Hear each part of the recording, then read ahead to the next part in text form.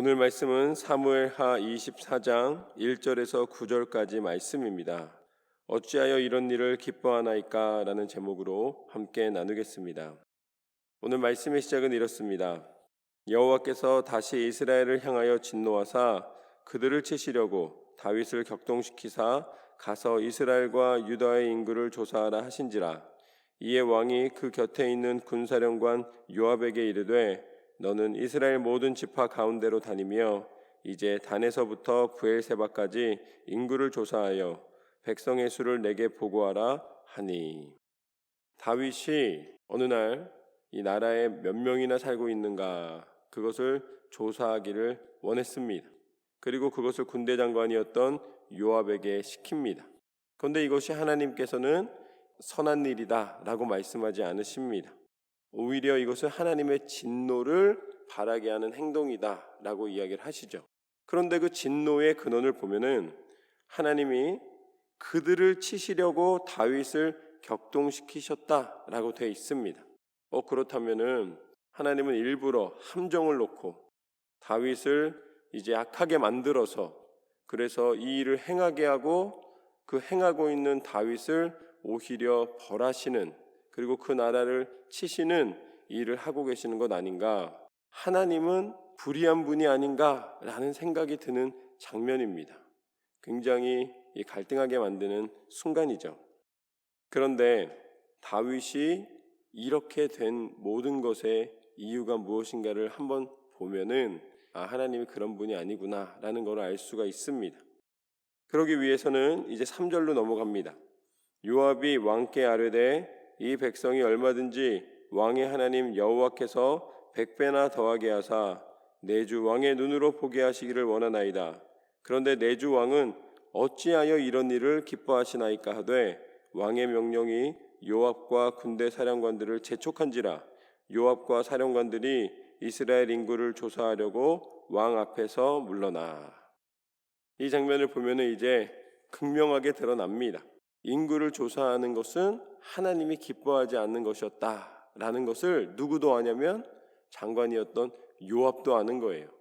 요압은 항상 다윗을 괴롭히는 사람 중에 한 사람입니다. 물론 충성스럽게 일을 행하고 나라의 이 리더십을 갖고 군사를 이끌고 나라가 다시 한번 강해지는 데 역할을 했지만, 그러나 누구보다도 다윗을 아프게 한 사람이에요. 특별히 압살롬을 죽였던 사람이 바로 이 요압입니다. 내 아들의 원수입니다. 그런데 여전히 군대 장관으로 있고, 또 요압은 불의한 것에서 떠나 있는 사람이 아닙니다. 매 순간마다 자신의 욕심과 자신의 명예를 위해서라면 어떤 방법이라도 사용하는 사람이었어요. 그런데 이 장면에서는 하나님이 기뻐하시는 것이 무엇인지를 분명하게 이야기를 합니다. 그러면 사실은 이 이야기는 다윗이 해야 되는 이야기인데, 다윗은 하나님이 기뻐하지 않으시는 인구를 조사하라고 명령을 내리고, 요압은 오히려 그것이 하나님 앞에 선하지 않다라고 이야기를 하고 있습니다. 그럼 누가 옳은 말을 하고 있습니까? 바로 요압이 옳은 말을 하고 있습니다. 이 당시에 하나님이 보여주기 원하시는 것이 있습니다. 그것은 무엇이냐면 다윗이 격동하였다, 하나님이 다윗을 격동시키셨다라는 말씀은 다윗을 나쁘게 만들었다, 다윗의 마음이 악하게 만들었다, 이 격동이라는 단어가 악하게 만들었다는 이야기가 아닙니다. 그가 흥분하였고 뭔가 어떤 변화가 있었던 거예요, 그 당시에. 그런데 사람은 누구나 다 그런 변화가 있는데 그것을 하나님을 의지할 때에는 조절이 되고 하나님을 의지하지 않을 때에는 다윗이라 할지라도 넘어질 수밖에 없음을 이야기를 해주십니다. 그게 뭐냐면 요압의 말도 들리지 않는 거예요. 요압이 옳은 말을 하고 있습니다. 그런데 그것을 듣지 않습니다. 그리고 요압이 그 이야기를 했을 때에 평소에 다윗 같으면 하나님 앞에 물어봐야 되는데 하나님 앞에 묻지 않습니다. 결국 다윗이 격동하였다라는 것은 다윗을 내버려 두신 것인데, 무엇을 내버려 두셨냐면 듣지 않고 묻지 않도록 내버려 두셨다라는 말입니다. 그럼 듣지 않고 묻지 않는 게 뭡니까? 그게 바로 교만입니다. 결국 다윗은 교만한 마음이 그 안에 들어왔는데 그 교만한 마음을 이기거나 조절하지 못했다는 것이죠. 그렇다면 이 교만은 어떻게 들어옵니까? 이 교만은 사단이 유혹을 통하여서, 사단의 계략을 통하여서 들어오는 거예요. 여러분, 다윗이라 할지라도 사단이 끊임없이 공격했다는 사실을 기억하십시오. 깨어 기도하지 않으면, 우리가 하나님의 말씀을 듣지 않으면, 하나님 앞에 기도하면서 하나님의 뜻을 구하지 않으면 누구도 자랑할 수 없습니다. 언제 교만으로 넘어갈지 모르는 거예요. 언제 우리가 믿음의 길에서 벗어날지 모르는 것입니다. 우리는 매 순간마다 하나님의 음성을 듣고 하나님의 뜻에 순종하며 하나님 앞에 묻고 기도하여 나아갈 때에 그것이 믿음의 승리인 줄로 믿습니다. 지금 다윗은 교만함에 죄를 범하고 있는 것입니다. 그런데 다윗이 이것을 통하여서 어떤 일이 벌어지냐면 5절 말씀부터 보면 요단을 건너 각 골짜기 가운데 성읍 아로엘 오른쪽 곧 야셀 맞은 쪽에 이르러 장막을 치고 길르앗에 이르러 다팀 후시 땅에 이르고 또 다나얀에 이르러서는 시돈으로 돌아 두로 견고한 성에 이르고 히위 사람과 가나안 사람의 모든 성읍에 이르고 유다 남쪽으로 나와 브엘세바에 이르니라. 그들 무리가 국내를 돌아 9달 20날 만에 예루살렘에 이르러 요압이 백성의 수를 왕께 보고하니 곧 이스라엘에서 칼을 빼는 담대한 자가 80만 명이요 유다 사람이 50만 명이었더라. 여기서 보이는 게 있어요. 그것이 무엇이냐면 다윗이 하나님 앞에 선택을 받을 수 있었던 이유를 스스로 저버리고 있는 것입니다. 다윗이 왕위로 올라갔을 때에 사울이 죽었습니다. 사울이 원래 왕이었는데 사울이 이제는 전쟁에서 죽게 되고 다윗이 하나님의 세우신 약속대로 왕위에 오르게 됩니다. 그런데 그 당시에 사울이 죽었던 이유 중에 가장 큰 이유는 무엇이냐면 불순종하였던 것이고, 또 하나의 이유는 무엇이냐면 자신이 왕위에서 해야 하는 일을 하지 않고 오히려 시간을 낭비하여서 다윗을 쫓아다녔다는 것입니다. 다윗을 쫓아다니는 시간에 국력을 더 강화시키고 하나님의 뜻을 구해야 되는데 그 시간을 오히려 자기가 행하지 않아도 되는 일에다가 사용했다는 것이죠. 오늘 말씀에 보면은 칼을 빼는 담대한 자를 보고하는 걸 보게 됩니다. 백성의 수가 몇 명인가, 그래서 이 백성을 잘 다스려야지, 이게 아닙니다.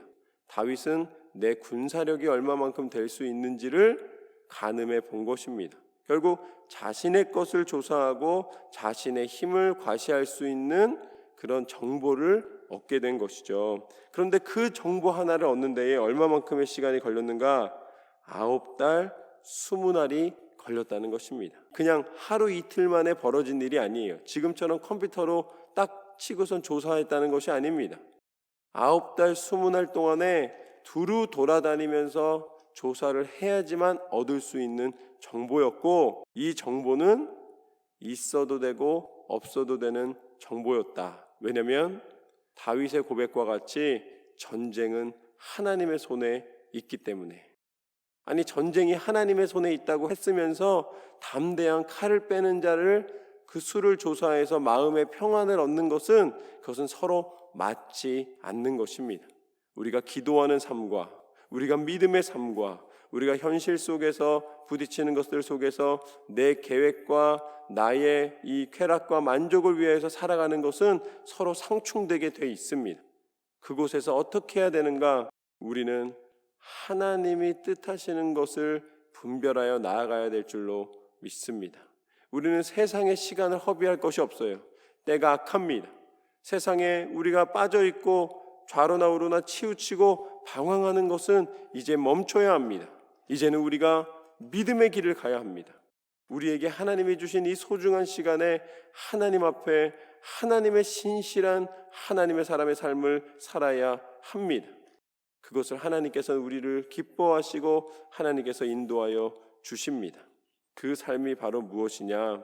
우리가 치우침 없이 낭비함 없이 하나님 앞에 온전한 모습으로 살아가는 것이 바로 예수 그리스도께서 우리에게 가르쳐 주신 십자가의 삶입니다.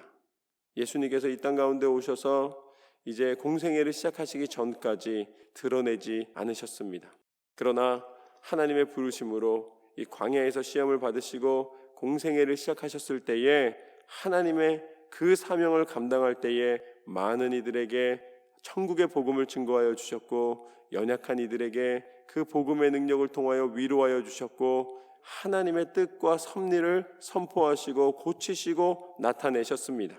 그러나 이제 그것이 3년이 되었을 때에 하나님께서는 예수님을 십자가를 통하여 부르셨습니다. 마지막 순종을 요청하셨습니다. 그때 나는 한참 뗍니다 라고 이야기하지 않으셨어요. 철저히 하나님의 뜻에 순종하셨습니다. 내가 할 일이 더 있으니까 안 됩니다 라고 말씀하지 않으셨고, 하나님의 사명을 끝까지 감당했을 때에 그 십자가에서 달려 죽으시기까지 마지막 순간까지 순종하셨을 때에 하나님께서는 하나님의 계획하심을 나타내시고 성취하신 줄로 믿습니다. 그것이 바로 예수 그리스도의 이름의 권세요, 예수님의 이름을 믿는 모든 이들에게 그 십자가를 통해 나타내신 하나님의 승리를 얻게 하신 것입니다. 그것이 바로 구원이요 생명이요 능력이신 예수 그리스도 이름의 권세입니다. 그래서 십자가가 우리의 소망이 되었고, 다시 부활하시사 우리 가운데 천국의 생명을 허락하여 주신 줄로 믿습니다. 하나님의 은혜가 우리 가운데 차고 넘치도록 그 이름의 권세를 통해 나타날 것입니다. 이제 다윗이 이런 일들을 보았을 때에 이제 그 다음 10절 말씀에 보면은 그 마음에 자책하고 하나님 앞에 고백을 합니다. 하나님, 내가 큰 죄를 범하였나이다. 비록 교만으로, 비록 이 죄에 빠지는 어리석은 자리에 있었지만 다윗은 다시 회개하고 하나님 앞에 돌아오는 일을 보게 됩니다. 이 시간 우리 가운데 어떠한 죄가 있더라도 하나님 앞에 기도하고 하나님 앞에 회개할 때에 하나님은 용서해 주십니다. 그리고 다시 우리 가운데 하나님의 일을 시작하십니다. 우리의 모든 삶을 주관하시고 우리를 다시 회복시키시고 인도하기 원하시는 하나님의 사랑과 하나님의 그 은혜가 차고 넘치는 저와 여러분의 삶이 되시기를 주님의 이름으로 축원합니다. 하나님은 끝까지 여러분과 함께 하십니다. 그렇게 하나님께서 우리와 함께 하심을 믿고 승리하는 저와 여러분의 삶이 되시기를 주님의 이름으로 축원합니다.